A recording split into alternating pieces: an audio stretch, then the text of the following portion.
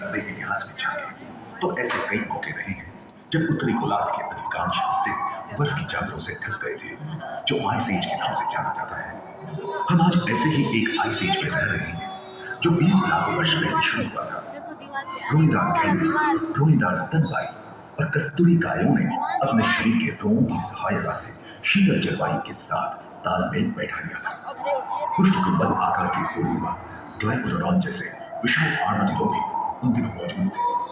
सिर जूट वाले बाल और विशाल सिंह जंगल में शान से विचरण करते थे। संभवतः सामान्य इंसान से मांस को चीरने फाड़ने में हुई अड़चन के कारण यह समय के साथ विलुप्त हो गए।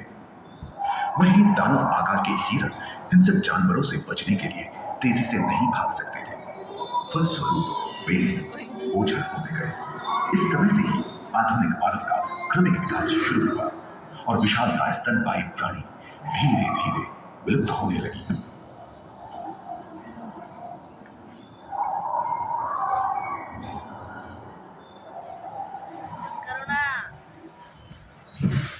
उम्मीद है कि आपको इस सफर में मजा आया होगा, जहां जीवन विकसित होकर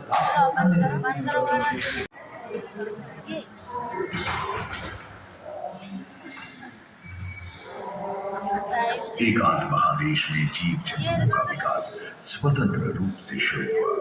सबसे पहले पुष्प वाले पौधे धरती पर विकसित हुए एवं परागण के लिए कीट पतंगों के साथ संपर्क स्थापित हुआ। वे तेजी से धरती पर बढ़ने लगे। इसी समय पहली बार धरती पर सांपों का जन्म हुआ। डायनासोर में सबसे भयंकर था टिरानोसॉरस रेक्स। भूस्थल पर इसका ही राज चलता था। यह प्राय 12 मीटर लंबा यानी 2 मंजिला मकान के आकार का था।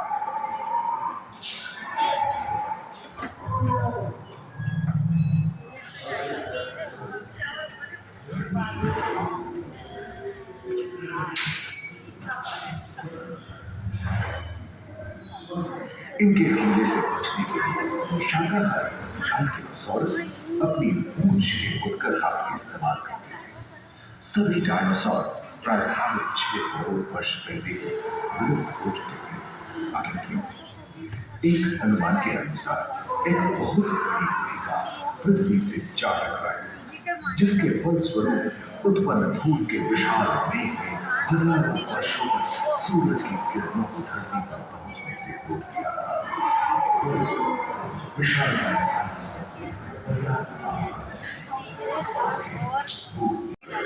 खोखली अस्थियों वाली आज के दिनों के पक्षी इन्हीं दिनों जन्मे थे।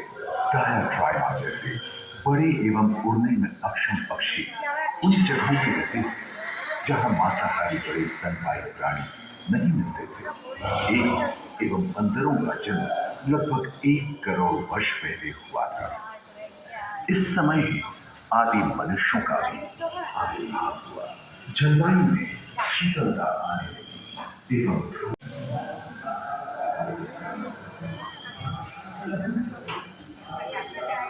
डायनासोर के विलुप्त होने के बाद भूस्थल पर स्तनपायी प्राणियों का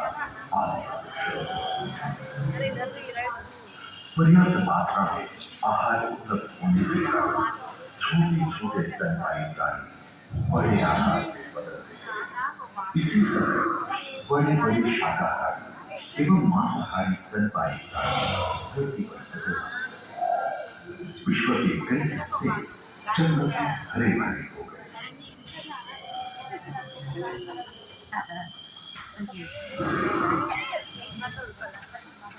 और कोरिथोसॉरस के सिर पर कलगी होती थी। करीबन 5 मीटर लंबे पंख वाले टेरोनॉडस उड़ने एवं फिसलने में पाए। सुनने में विचित्र लगे, पर अधिकांश डायनासोर जैसे कि ट्राइसेराटोप्स और एंकिलोसॉरस शाकाहारी थे। लॉरेशिया और गोंडवाना नाम के 2 भूखंड महादेश में रूपांतरित हुए एवं समुद्री गर्भ के कठोर आवरण से रॉकीज एवं अन्य पर्वत श्रेणियां निर्मित हुई।